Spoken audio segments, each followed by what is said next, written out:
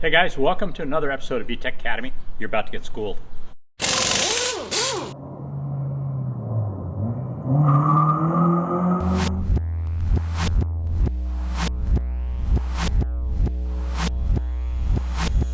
All right, I'm standing next to possibly my favorite Honda. It's kind of a toss-up between this, the 88-91 Civic hatchback, and the 88-91 Civic CRX. This car is absolutely a beautiful car. This belonged at one point to Andy Hope. It's called Project BACKMARKER. It's now my car, and I'm going to be doing some modifications to it. As you can see, looking at it, it's really a beautiful car. It's got an SIR front end. It's got some very, very nice wheels. It's lowered nicely. The car is actually in beautiful condition. I need to do some modifications though. The engine doesn't work anymore, so I need to put a new engine in. So let's take a look here real quick. It's got the original D15 motor in it. This is dual point injection. The engine bay looks a little bit dirty. Really doesn't do any justice to the exterior of the car. The first Honda I really drove was my 89 hatch. And this car reminds me a lot of that car. I actually used it for autocross and some road racing. It had a full cage in it. It was, to me, my favorite car just because it was, my race car and my daily driver. I kind of want to do something similar with this car. I want to take it out, do some autocross with it, do some road racing with it, set it up with a decent street suspension setup so that it handles well.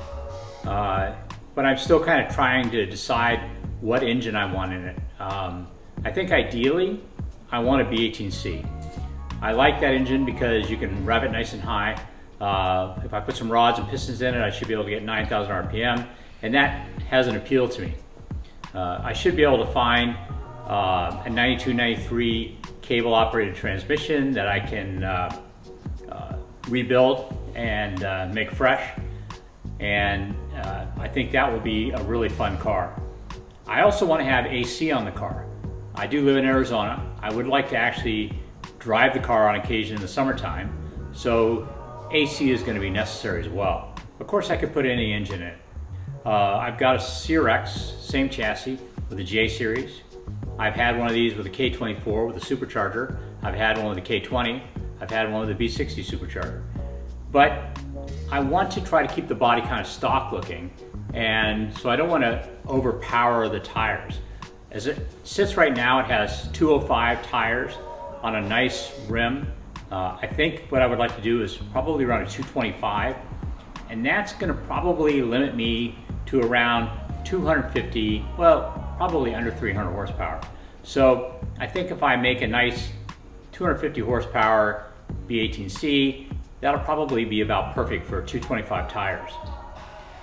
As far as the interior goes, right now it has a full interior. There's a race seat, a Sparco Evo race seat, and then one of the Sparco street seats for the passenger side.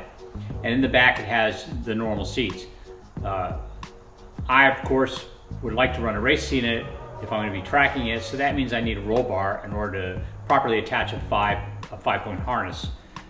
So I'm going to go ahead and put a roll bar in it, and that's probably going to eliminate the rear seat. So what I'm thinking about doing with the rear seat is I might actually replace it with some sheet metal work or something that'll actually allow me to take and put 4 rims with race tires in the back seat. I think that would be kind of a cool thing. Should be able to get them back there through the roll bar by turning them and bringing them in, or bringing them over top through the back hatch. But I really don't see myself bringing people for a ride other than maybe one passenger. So what I thought I would do is maybe put a race seat on the driver's side, something nice and low, and on the passenger side I'll probably actually put the stock hatchback seat, because when you hit the release lever it rolls forward, and that'll allow me to have good access to the back of the car in order to put things there. This car is, I think, going to kind of bring me back to my roots. I'm going to have it with a few more creature comforts in my old car. I used to drive it daily without AC, and it had absolutely no interior other than 2 race seats, a roll bar, a full roll cage, and 5-point harnesses on each side. So I'm going to make it a little bit more comfortable than that. But that's my plan with this car. I think it's going to make a really nice weekend warrior car. Something I can drive to the track and drive back home again in relative comfort. I'm really looking forward to this build. Engine removal on a lift is pretty straightforward and easy. Before you go up, actually you need to do a couple things. Take off the oil cap, take off the radiator cap, that way things drain more efficiently. Also make sure you disconnect your positive battery cable so that things aren't live down there.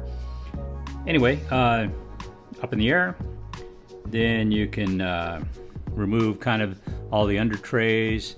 You can remove the exhaust. You want to drain the fluids.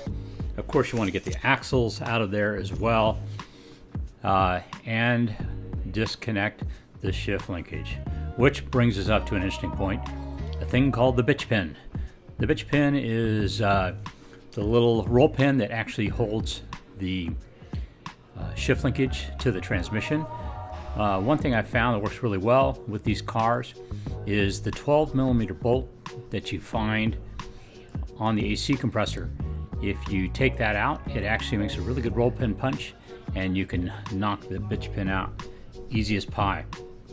There are a couple of bolts that are accessible from the underside of the car for the left and right mounts. You need to make sure you do those too. I forgot and had to kind of get down on my knees later on.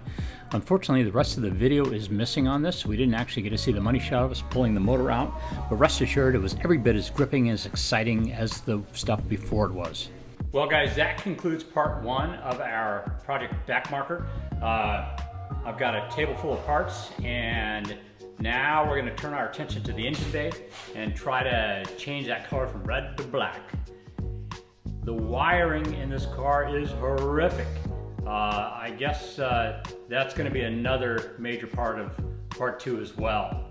Anyway, join me next time for episode 2 of Project Backmarker. If you like what you saw, go ahead and subscribe down below. You can also head on over to the VTEC Academy website and pick up a VTEC Academy t-shirt.